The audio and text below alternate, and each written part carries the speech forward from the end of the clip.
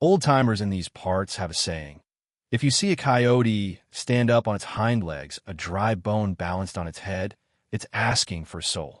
They say you should never, ever answer it. But when I found that coyote, its back leg was caught in a steel trap, its jaws biting down so hard the rusted metal groaned. Blood stained a whole patch of snow crimson, and its eyes were full of a desperate, human-like despair. The trap belonged to Billy Ray Jenkins, the town cancer. That bastard had been bleeding our community dry for years, even had the nerve to bulldoze my family's graves. I looked around. No one. My heart hammering, I threw my weight onto the trap, prying the rusty jaws apart. It didn't run. Instead, it dragged its mangled leg forward and bowed its head to me 3 times, just like a person would. In that instant, a voice, sharp and thin but filled with an ancient authority, echoed in my mind. You have saved me, benefactor. A debt I cannot repay in full, but I will grant you a gift, the sight. See the truth of a man's soul, see the consequence of his actions, and become the arbiter of his final judgment.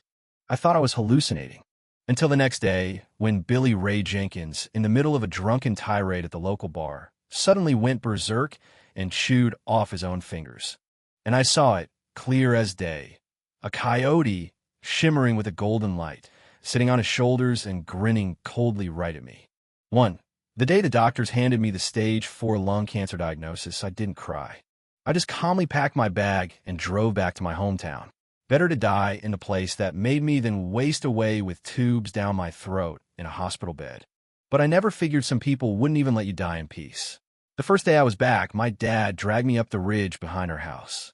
The old Hayes family plot had been half bulldozed. Raw, red clay was churned up everywhere. Broken headstones lay on their sides.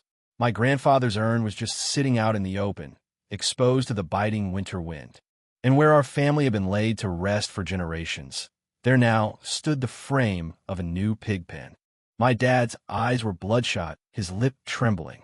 It was Billy Ray Jenkins. He said the land's got good energy, that it'd make his pigs valuable.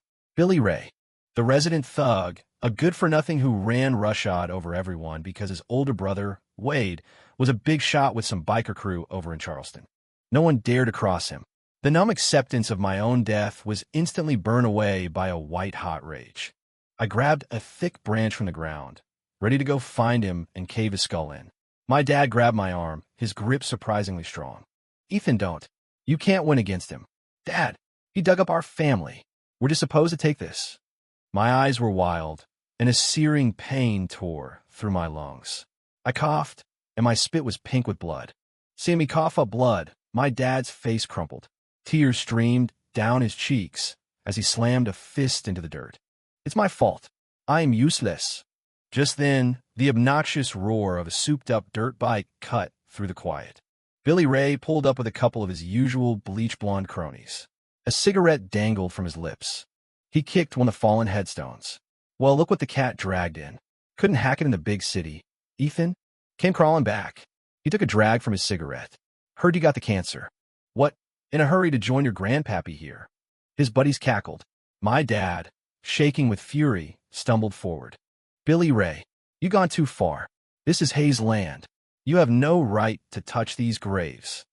Billy Ray spat a wad of brown tobacco juice that landed right by my dad's boots. Listen here, old man. I told you I like this spot. Be smart, take the cash, and get lost. Otherwise, that little shack you call a house is next. He pulled a pathetic-looking roll of bills from his jacket and threw it in my dad's face. Dad! I lunged forward to steady him as he staggered back.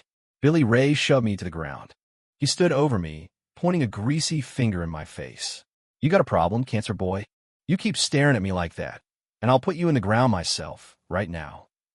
His goons swarmed my dad, their fists and steel-toed boots flying. Don't touch him. I scrambled to get up, but 2 of them pinned me down, shoving my face into the cold, damp earth. I could hear my father's pain grunts, smell the raw dirt, and feel the crushing weight of their boots on my back. Billy Ray squatted down, patting my cheek with a dirty hand. His laugh was triumphant. In Clear Creek, I'm the law. You get me? Open your mouth again, and your house is gone. I'm telling you, if you don't sign this land over by tomorrow, I'm going to break your old man's other leg. They left.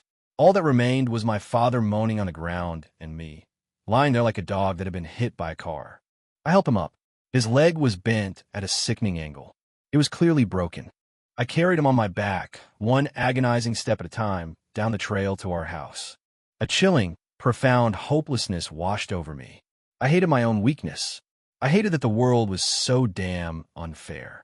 Back home, after getting my dad settled, I went back out into the woods alone. I just walked with no destination in mind, wanting only to get away from that hell on earth. That's when I heard the sharp snap of a trap, followed by a piercing cry of pain. And that's where it all began, where I saved the coyote. 2. Ever since that voice appeared in my head, my world had changed. The most obvious thing was that I could see things other people couldn't, like an aura, a cloud of energy hanging over everyone's head. Most people had a white or pale gray haze, but some had a blackness so thick it seemed to swallow the light. The next morning, just as promised, Billy Ray showed up. He kicked open our flimsy wooden door and swaggered in. "Ethan, made up your mind? You sign in or not?" He tossed a greasy land transfer agreement onto the table. One of his thugs slammed an ink pad down next to it. I looked up at him. Hovering over his head was a swirling vortex of blackness, darker than any ink. For a split second, I could almost see twisted, screaming faces within it. So this is what the sight showed me. His sins. "What are you looking at? Cat got your tongue."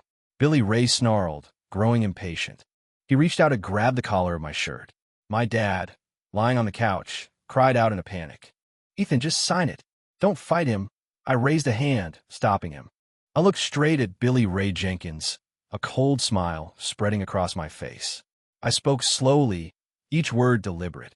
"Billy Ray, you reap what you sow." He stared at me for a second, then burst out laughing as if I'd told the funniest joke in the world. A half-dead loser is going to curse me? That's rich. All right, let's see who dies first." His face hardened, and he raised his hand to slap me across the face. But before his hand could connect, the big hound dog he kept chained up in his yard suddenly went ballistic. It snapped its chain and charged straight into our house. It wasn't coming for me. It was coming for its master. "Arrow." The dog leaped, sinking its teeth into Billy Ray's raised arm and locking its jaw. "AGHH. Get off me, you stupid mutt. Get off." Billy Ray shrieked in pain. Another one of his goons tried to pull the dog off, but it just whipped its head around, eyes red with fury, and tore a chunk of flesh from the man's leg. The scene descended into chaos. Billy Ray, panicked, tried to stumble out the door.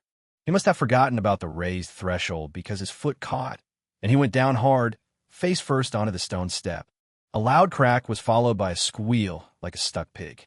His 2 front teeth were shattered on the stone, mouth full of blood.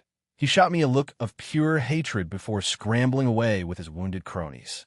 Outside, the few neighbors who had gathered to watch saw Billy Ray's pathetic state. They stared, and then someone snickered. The laughter spread like a virus. Soon, quiet whispers turned into open mockery. All the years of pent-up resentment they had for Billy Ray seemed to be released in that one moment. I stood in the doorway, coldly watching him flee. In my mind, the sharp voice spoke again. "For one tooth of the wicked, one day of life is granted to the benefactor." At the same time, I felt the burning agony in my lungs lessen, just for a moment. It was a tiny change, but it was unmistakably real. Punishing evil was saving myself. I clenched my fists. For the first time, in this hopeless world, I saw a sliver of a chance to live. 3. Billy Ray's busted teeth became the joke of the county, but it didn't make him back down. It only fueled his rage.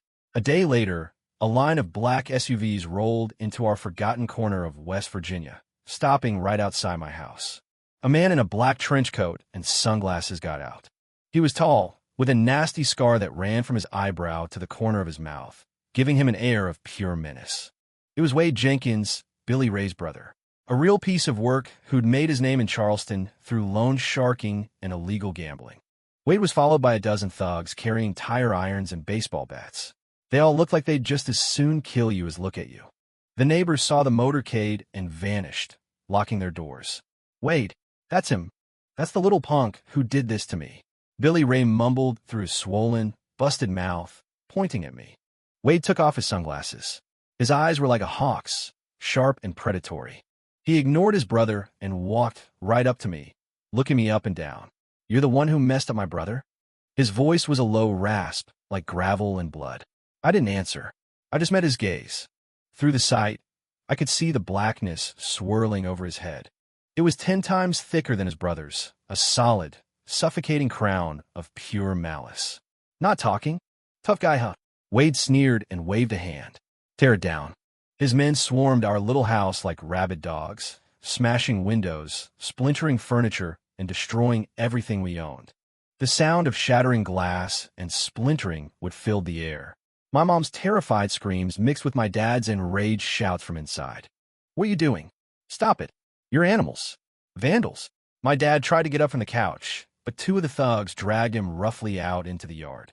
The winter sun was pale and weak, shining on his face, which was twisted with pain and fury. "String him up," Wade ordered. 2 of his men produced a rope, and just like that, they hoisted my dad up by his arms, leaving him to dangle from the big oak tree in our yard. "Dad!" My vision turned red. I tried to rush forward, but 4 of them tackled me, slamming me to the ground. My cheek was pressed against the frozen earth. I could only watch helplessly as my father swayed in the cold wind, his face turning a dark shade of purple. "Ethan, I'm going to give you one more chance," Wade said, walking over to me. He pressed his boot down on the back of my head, grinding my face into the dirt. "Get on your knees, apologize to my brother, and sign over the damn land. If you don't, I'm going to make sure the Hayes family name dies with you today." His voice was quiet, but every word was a shard of ice stabbing into my heart. I gritted my teeth so hard they ached, forcing out 3 words. "Go to hell. Still got a mouth on you." Wade's eyes went cold. He pulled a gleaming switchblade from his pocket. The icy steel pressed against my neck. I could feel the sharp edge begin to break the skin. "I'm going to count to 3. 3, 2. I could hear my mom's hysterical sobs, feel my dad's faint struggles from the tree. The shadow of death was right on top of me, suffocating me. My body, already ravaged by disease, had no strength left to fight. Despair was swallowing me whole once again. Just as Wade was about to say 1, a flash of gold shot through the corner of my eye. For only I could see that golden blur. It shot from the roof of our porch like a bolt of lightning and landed squarely on Wade Jenkins' shoulder. It was the Coyote. Its small body was tensed, perched on his shoulder. Its beady eyes glittered with a cold, intelligent fury. It bared its teeth at me, as if giving me a signal. I immediately focused my will, pushing the sight as hard as I could, staring at the black crown of sin above Wade's head. The darkness roiled, and for a split second, I saw the face of a woman, blood pouring from her eyes, nose, and mouth. Her face was a mask of hatred and rage, her ghostly arms wrapped tight around Wade's neck. He had a life on his hands. He was a murderer. "Benefactor, speak the words." The Coyote's sharp voice screamed in my mind, and at the same time, a string of harsh, guttural syllables flooded my consciousness. A confusion hex. Wade, seeing I still refused to break, lost the last of his patience. The scar on his face twitched with rage. "All right, you got a death wish? I'll grant it." He raised a knife to plunge it into my throat.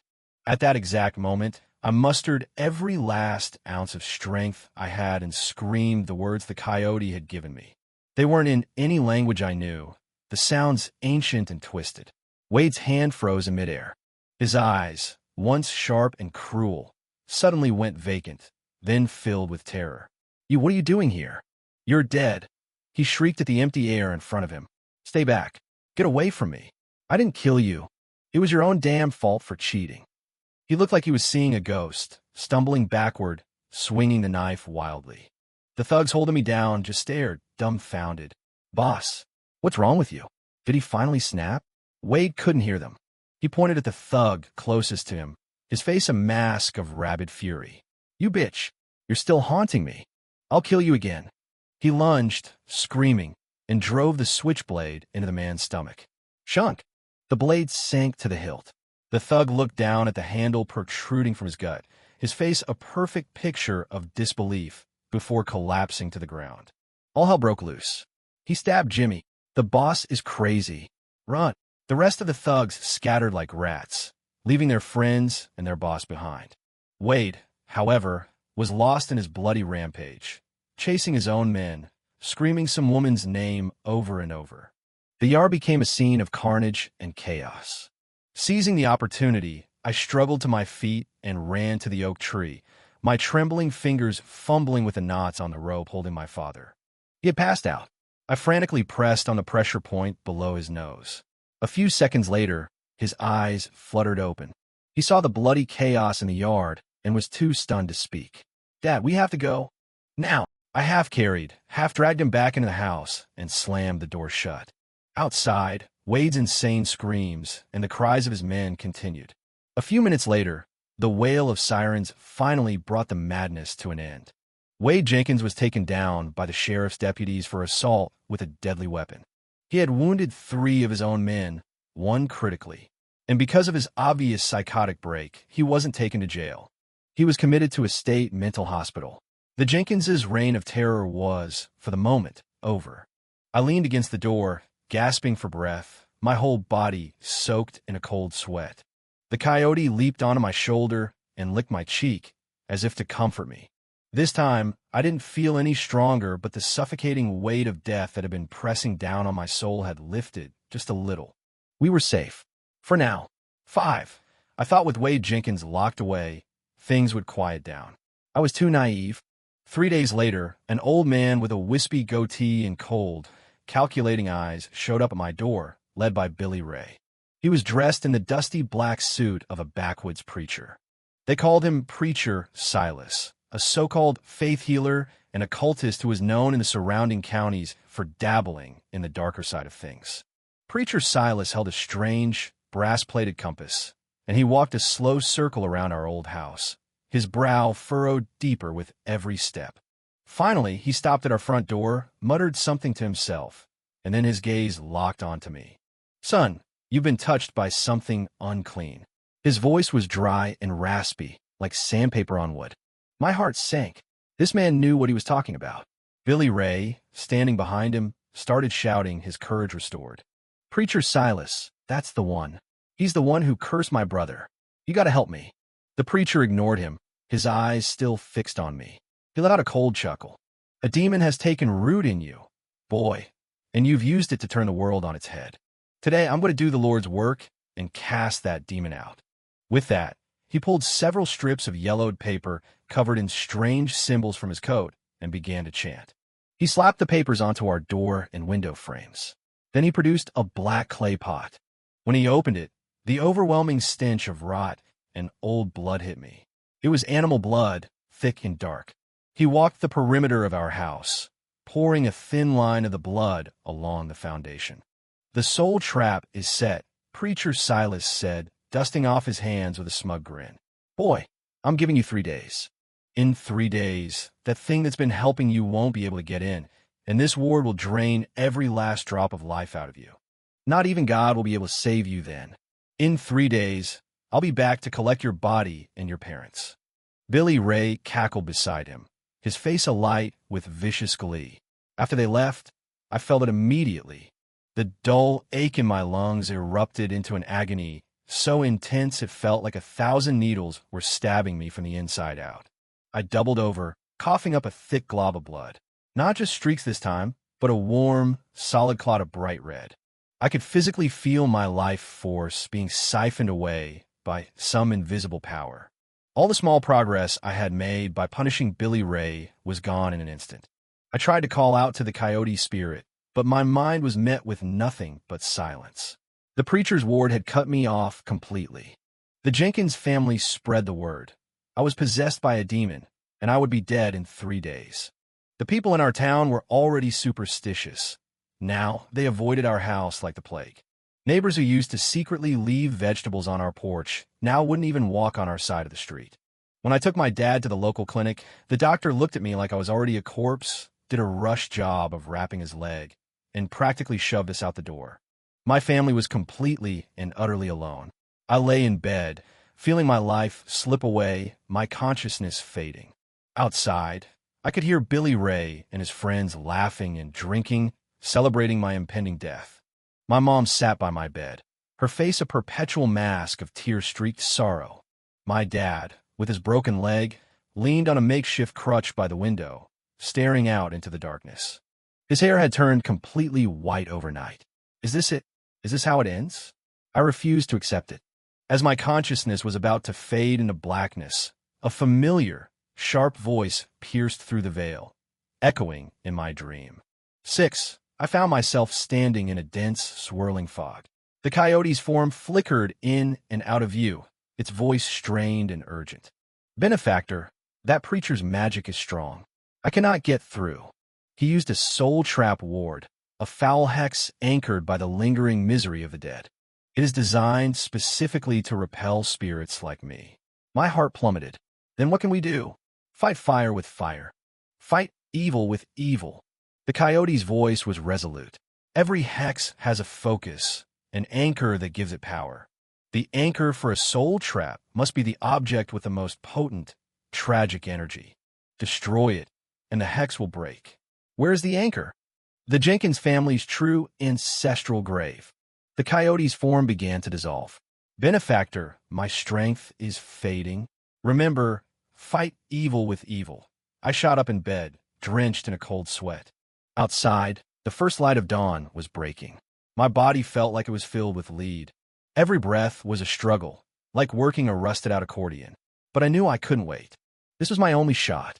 I forced myself out of bed, careful not to wake my sleeping parents, and slipped out the back window. The official Jenkins family plot was a gaudy, oversized monstrosity of a mausoleum on the other side of town. But I knew that wasn't what a coyote meant. I remembered what Billy Ray had said. This land's got good energy. A low-life thug like him wouldn't know anything about that. Unless this specific piece of land, my family's land, held some other significance for him. Dragging my sick, weak body, I snuck back to the desecrated plot where my family's graves had been, now surrounded by a half-finished pig pen. In the dim morning light, I scanned the churned-up earth. Under a feed trough in the far corner, I saw it, a patch of dirt that was newer, darker than the rest. A jolt went through me. I dropped to my knees and started digging with my bare hands. My fingernails tore, and blood mixed with the cold mud, but I felt no pain. About 2 feet down, my fingers hit something cold and hard. It wasn't a rock. I carefully cleared the rest of the dirt away.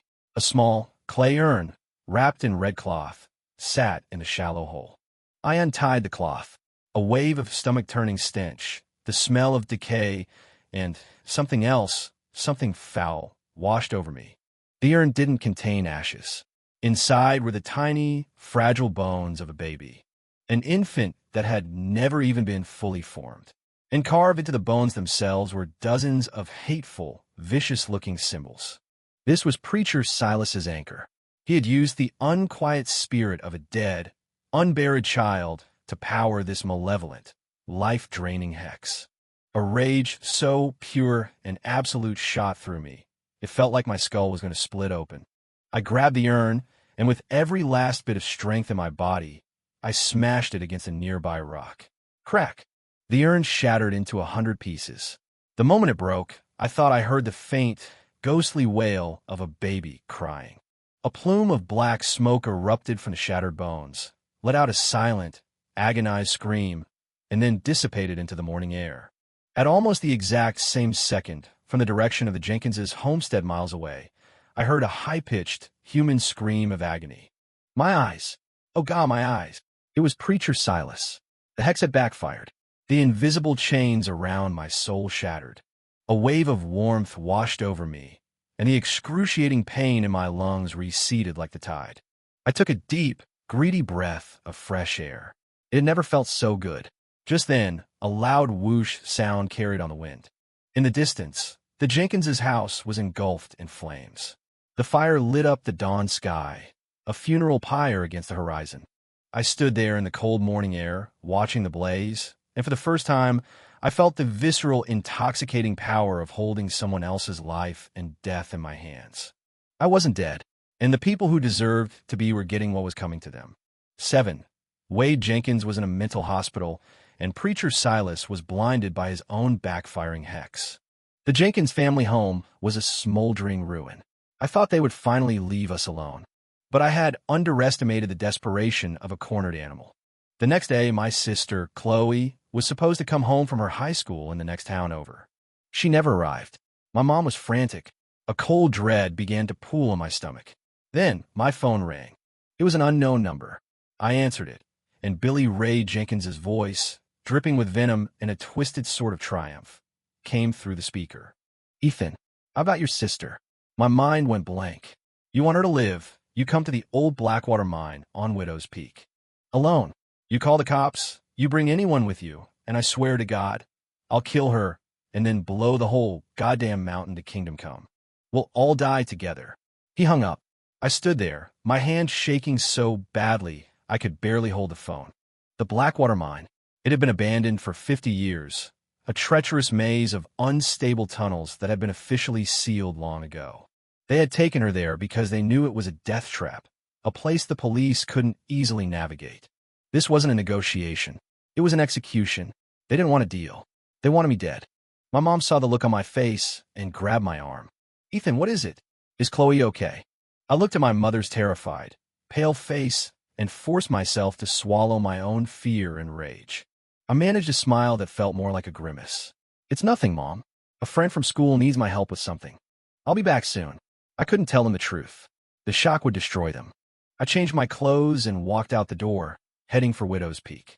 In my mind, the Coyote's voice was frantic. "Benefactor, don't go. It's a trap. That place is filled with negative energy, old sorrow. They've surely laid wards to keep me out. I can't follow you in there." "I have to go," I said, my voice flat. "But she's my sister." The Coyote fell silent.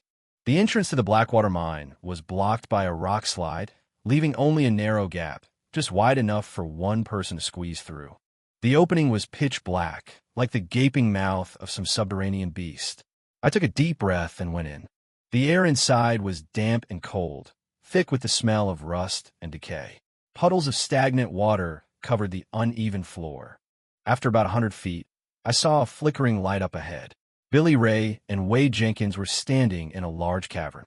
Wade must have escaped from the hospital. My sister, Chloe, was tied to a stone support pillar, a dirty rag stuffed in her mouth. Her face was streaked with tears, and her eyes were wide with terror when she saw me. In a corner of the cavern sat several bundles of old, yellowed dynamite sticks, a long fuse snaking out from them, the end of which was in Wade's hand. "Wade, he's here." Billy Ray's eyes lit up with raw hatred when he saw me. Wade's facial scar seemed to writhe in the torchlight. His eyes were wild, unhinged. He was clearly not stable. "Ethan, so glad you could make it," he rasped, a crazed grin spreading across his face. "You took everything from me. Today, your whole family is going to pay the price. Let my sister go, and you can do whatever you want to me," I said, my voice as cold as the cavern air. "Let her go." "Huh." Wade's grin widened. "You think I'm that stupid?" "No. Today, none of you are walking out of here alive."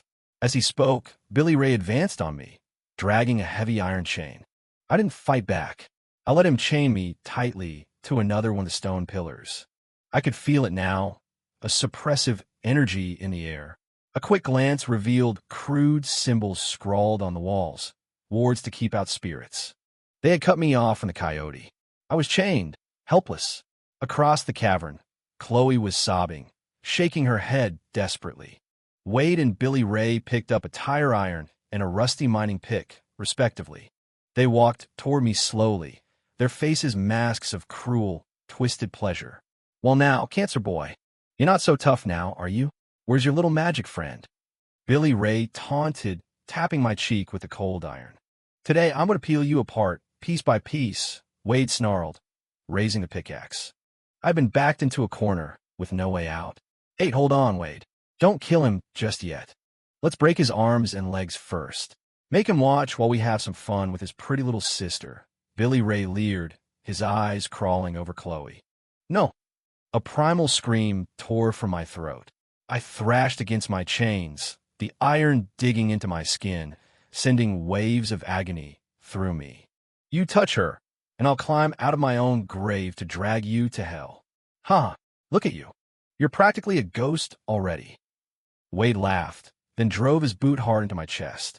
I coughed, spraying a fine mist of blood. The impact felt like it had rearranged my insides. But the pain, the sheer, blinding rage, it cleared my head. I couldn't die here. I had to save Chloe. I forced myself to calm down, to think. I activated the sight, my eyes scanning every inch of the cavern. This cave was an offshoot of the main tunnel. The ceiling above was a web of fractures and fissures.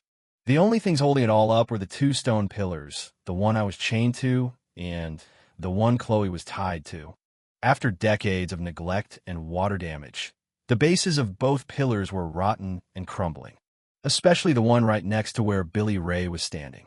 An idea, desperate and deadly, formed in my mind. I watched Billy Ray start to walk toward my sister, and I let out a loud, mocking laugh. "You're pathetic, Billy Ray. A real coward." He stopped and turned, scowling at me.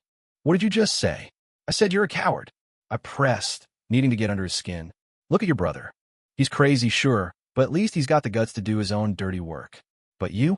All you know how to do is bulldoze graves and hide behind your big brother. Without him, you're nothing but a worthless piece of trash. You're dead." He was completely hooked. His face turned beet red as he stormed toward me, raising the tire iron. What, did I hit a nerve? Did the truth hurt? I taunted. "You don't even have the balls to get your own revenge. You have to take it out on a teenage girl. You're not a man, Billy Ray, you're a joke. I'll kill you." He completely lost it. All reason fled his eyes. He swung the heavy tire iron with all his might, but not at me. He swung it at the stone pillar right next to me. He wanted to bring a mountain down on my head. Crack! A deafening boom echoed through the cavern as iron hit stone. The rotten pillar, already weak, spiderwebbed with deep cracks. Now, without a second's hesitation, I bit down hard on my own tongue and spat a mouthful of blood toward the cave entrance, directly at the warding symbol painted there. Break! The blood, my own life force, was a potent reagent. The symbol, hit by my blood, flared up for a second and then crumbled into ash, as if it had been set on fire. The suppressing force vanished. Scree! A piercing shriek echoed from the tunnel as a streak of golden light shot into the cavern faster than the eye could follow. It slammed directly into Billy Ray, who was still swinging wildly at the pillar. His body went rigid. His eyes went glassy and vacant. Then, like a puppet on a string, he turned, walked over to me, and used the key to unlock my chains. Quickly! The cave is collapsing, the Coyote's voice screamed in my head. The moment I was free, I sprinted to Chloe, tearing at the ropes that bound her. "Ethan," she sobbed, throwing her arms around me. "It's okay. I'm getting you out of here." I grabbed her hand, and we ran for the entrance without looking back. Behind us, the sickening groan of shifting rock filled the air. The pillar Billy Ray had been beating on finally gave way, shattering into pieces. The entire cavern began to shake violently. Huge chunks of rock rained down from the ceiling. Billy Ray, still possessed by the Coyote spirit, stood frozen in place. A massive boulder crushed him instantly, turning his lower body into a red paste. And Wade, still holding the dynamite, was so stunned by the sudden turn of events that he didn't even have time to react before the collapsing ceiling buried him completely. Just as we burst out of the mine entrance and into the cold air, the entire tunnel behind us imploded with a deafening roar. The whole side of the mountain seemed to shudder. The mine that had consumed so much darkness had become the final tomb for the Jenkins brothers. 9. We had only made it a few yards down the trail when the sound of a revving engine screamed from a side path. A beat-up pickup truck came barreling out of the trees, heading straight for us. It was Wade. He wasn't dead. He was covered in blood and dirt, his face a mask of pure, murderous insanity.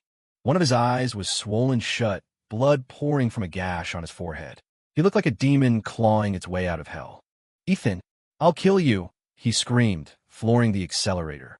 "Ethan, look out." Chloe shrieked, tugging at my arm, but I didn't move.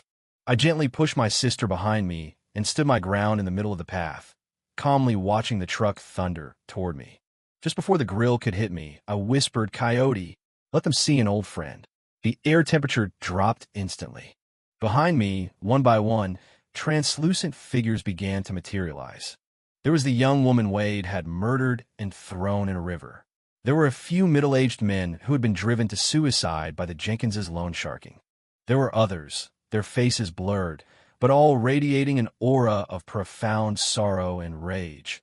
Old people, children, they were all the souls who had been wronged, hurt, and killed by the Jenkins brothers over the years. And now, at the Coyote's call, they had all come back. This ghostly tableau was only visible to two people: me, with my sight, and Wade, in his state of psychotic terror. Wade saw them. He saw the murdered woman's ghost crawl onto the hood of his truck, her bloody eyes staring into his soul through the windshield. He saw dozens of pale, ghostly hands reaching through the open windows, clawing for his throat. Ghosts. They're real. Get away from me. It wasn't my fault. The sight of his victims, all returned for vengeance, completely shattered what was left of his sanity. In a blind panic, he yanked the steering wheel hard to the right. The truck swerved violently, missing me by inches. It crashed through the rusted guardrail at the edge of the cliff and plunged into the abyss below. Boom! A massive fireball erupted from the bottom of the ravine, sending a column of black smoke into the sky. I watched the explosion, my heart a calm, steady drum in my chest. Just then, a new kind of voice echoed in my mind. It wasn't the Coyote. It was a cold, impartial awareness. The wicked are punished. The debt is paid. Life granted, 10 years. An incredible surge of vitality, a tidal wave of pure life force, flooded every cell in my body. My body, which had been failing, ravaged by cancer, was suddenly remade. The shadows on my lungs, the constant pain, the weakness, it all vanished in an instant. I wasn't just cured. I felt stronger, healthier, more alive than I had ever been in my life. And then, the Coyote's voice returned, but this time it was heavy with a solemn gravity. Benefactor, you must understand. Your illness was no ordinary disease. A shiver went down my spine. What do you mean? What you had was a curse. A bloodline curse. The Jenkins' ancestor, a century ago, was a practitioner of black magic. He coveted the spiritual energy of the land your family has watched over for generations. To get it, he placed a line-ending curse upon your ancestors, dooming every generation of the Hayes family to die before their 30th birthday from a sickness of the lungs. The reason the Jenkins family was so obsessed with your family's burial plot was not to raise pigs. It was to find the curse's anchor, which their ancestor had buried there, to sever your family's last connection to this land and fully claim its power for their own dark arts. I am one of the guardian spirits of this land. That same curse weakened me, diminished my power, which is why I was caught so easily in a simple steel trap. You saving me was an act of good faith. Me helping you is the repayment of a debt. We were, from the beginning, bound by the same fate. I was stunned into silence. So that was it. None of this was an accident. It was destiny.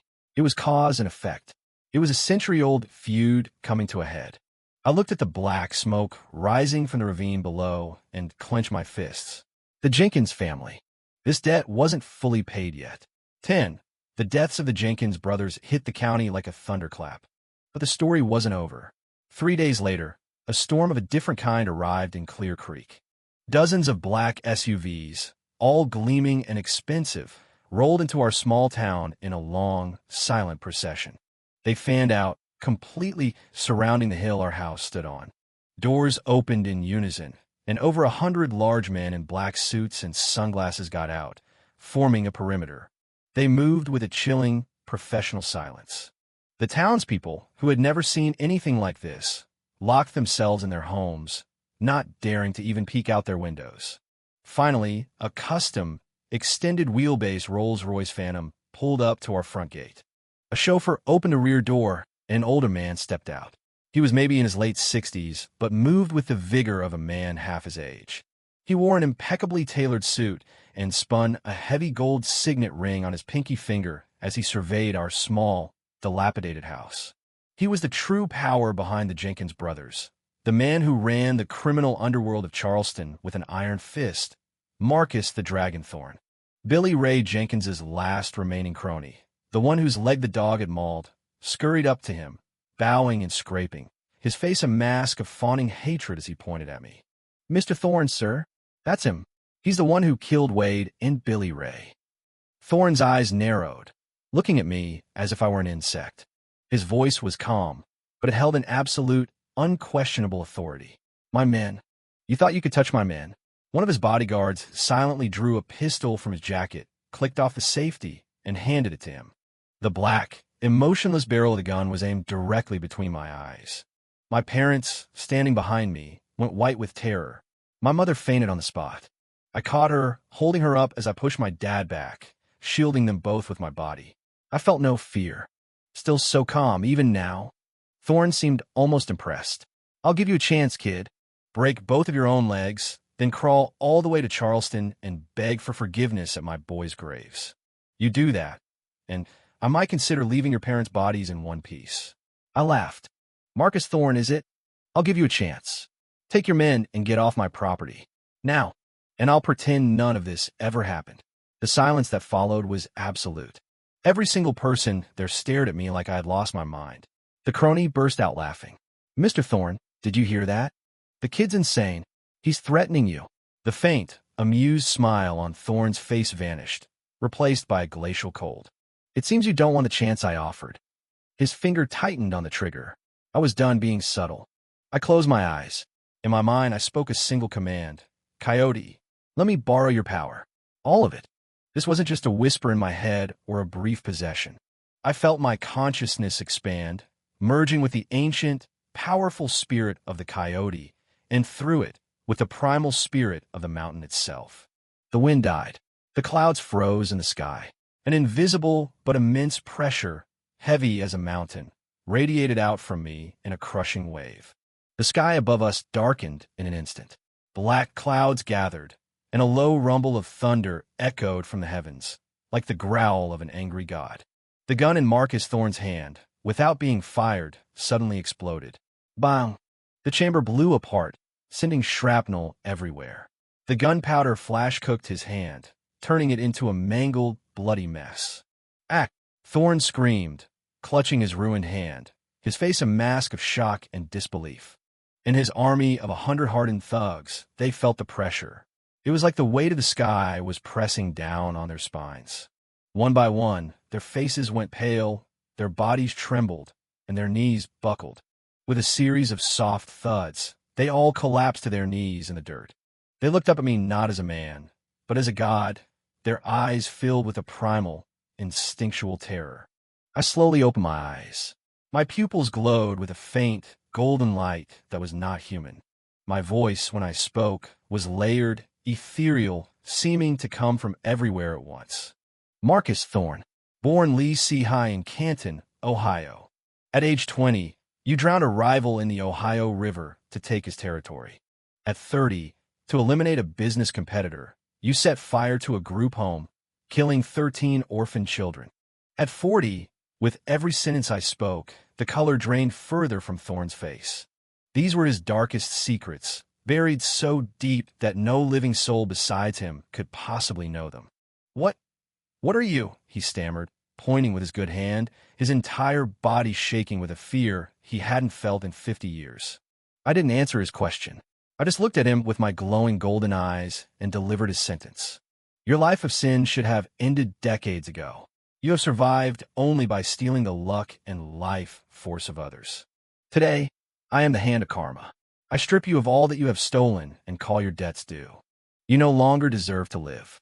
As the last word left my lips, the vibrant, crimson aura of luck and power that surrounded him shattered like glass, vanishing into nothing.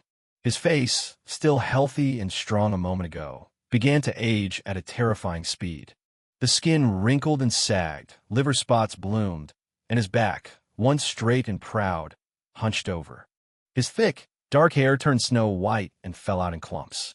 In the space of 10 seconds, he went from a powerful man in his 60s to a withered, dying husk of 90.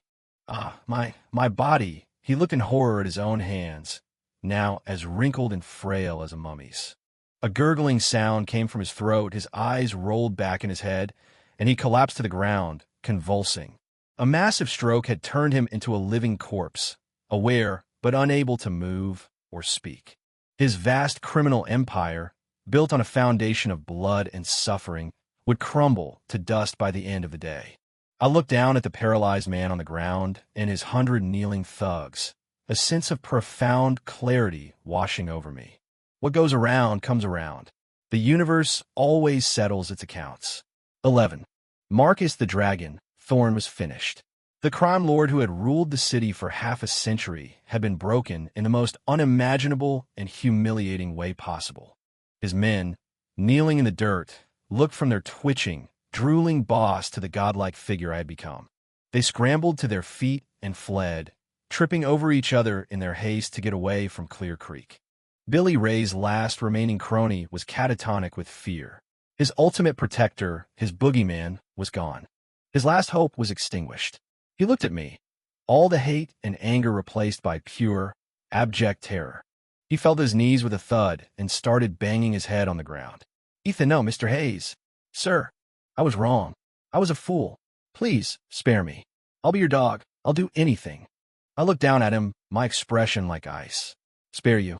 I raised my hand and pointed toward the ridge to the desecrated graves of my family. "Go ask my grandfather if he'll spare you." The man's eyes followed my finger. He let out a choked gasp, his eyes wide with a terror that wasn't of this world. He scrambled backward, soiled himself, and then ran off into the woods, screaming and clawing at his own face. I heard later that they found his body at the bottom of an old, dry well. They said he must have fallen in. It was over. The next day, the town mayor and a crowd of neighbors showed up at our door, bearing gifts of food, wine, and envelopes of cash. "Ethan, son, we were wrong. We were fools to listen to that Jenkins trash. We hope you can find it in your heart to forgive us. Yeah, we were just scared. If you or your family ever need anything at all, you just say the word." The same faces that had watched us with scorn, that had gossiped behind our backs, were now plastered with fake, fawning smiles. My parents, good-hearted as they were, started to invite them in. I stopped them. I walked to the doorway and looked at their pathetic, hopeful faces. My voice was quiet, but it cut through the air like a razor. "When the Jenkinses were bulldozing my family's graves, where were you? When they broke my father's leg and humiliated my mother, where were you? When that preacher put a curse on my house and left me to die, and the whole town treated us like lepers, where are all of you?" The smiles melted from their faces. They shuffled their feet, their eyes finding a sudden, intense interest in the ground. "Take your gifts and go home," I said. "My family doesn't want them. I am not a saint. I have no interest in forgiving those who stood by and watched my family suffer." I let in the 2 or 3 families who had secretly left us food, the ones who had shown us genuine kindness, and I shut the door on the rest. From that day on, Ethan Hayes became a name no one in Clear Creek dared to cross. The whispers and the stares stopped. When they saw my family coming, they gave us a wide berth and a respectful nod. And my illness was gone. Completely. Not only that, but my body felt transformed. I was stronger, faster, and my senses were sharper than ever before. It was the result of absorbing the stolen life and luck from the wicked. A fundamental evolución. I stood on the ridge behind my house, looking down at the small town nestled in the valley, and I felt a sense of peace. There is justice in this world after all, and if there isn't, I'll make it myself. 12. On the highest point of the ridge, in a clearing with the best view, I built a small, simple shrine of fieldstone for the Coyote spirit. There was no statue, no nameplate, just a single, smooth, unmarked stone. The day I finished it, I brought up a bottle of good bourbon and 2 glasses. I sat on the steps of the shrine, pouring myself a drink as the sun went down. The moonlight filtered through the trees. "Not going to offer me one?" A voice, sharp but gentle, spoke from beside me. I turned. A shimmering, translucent figure with a blurred face, shaped like a man in a dusty brown coat, was smiling at me. The Coyote, in its humanoid form. I poured the second glass and handed it to him. He took it without hesitation and downed it in one go. "Good stuff," he said, his voice a quiet rasp. We sat in comfortable silence for a while, the wind rustling through the pine trees. Finally, I asked a question that had been sitting in my heart. "Why did you choose me?" The spirit set down his glass and looked out at the star-filled sky. His form seemed to flicker in the moonlight. He didn't answer directly. Instead, he asked me, "Benefactor, do you hate this world?" I thought for a moment. "No. Do you love this world then?" I smiled faintly and shook my head again. "I can't say that I do." The spirit seemed pleased with my answer. He nodded. "That is why. When you saved me, you knew that trap belonged to Billy Ray Jenkins. You knew saving me meant making an enemy of him. But you did anyway. That is your compassion. When you dealt with the Jenkins family and their master, you were ruthless. You showed no mercy. You called down the power of this mountain and stripped a man of his very soul, leaving him in a living hell. That is your fury. You carry thunder in your hands, but your heart still knows kindness. He turned, and I could feel him smiling at me. You have a wolf in your heart, but you still know how to be a man. This sight, this power, in your hands, I have no worries. I sat there, stunned. He understood completely. It was true. I saved him because the desperation in his eyes mirrored my own. I destroyed my enemies because they threatened the only people I had left in the world. I'm no saint. I'm just a man who wanted to live, and who wanted the people he cared about to live, too. Just then, my phone buzzed in my pocket. It was an encrypted message from a blocked number. The message was simple. It was a single photograph and a line of text. The photo showed a small, terrified-looking girl chained to a pipe in a dark, dirty basement. The line of text read, Charleston, West Virginia. The Providence Home for Children. Their debt is $9,720. I looked at the picture of the little girl, and the small bit of peace I had found turned instantly to ice-cold rage. I deleted the message, finished the last of my bourbon, and stood up. I've got a new client, I said to the spirit. The Coyote's form dissolved into a streak of golden light that flowed into the sleeve of my jacket. Wherever you go, I am with you. I smiled, a grim, determined smile, and started down the mountain. The night was dark. The road ahead was long. My new life had just begun. From that day on, the world had a new kind of judge. One who operated in the shadows, settling the accounts that the law could not. The wheel of karma turns for everyone. And sometimes it needs a push.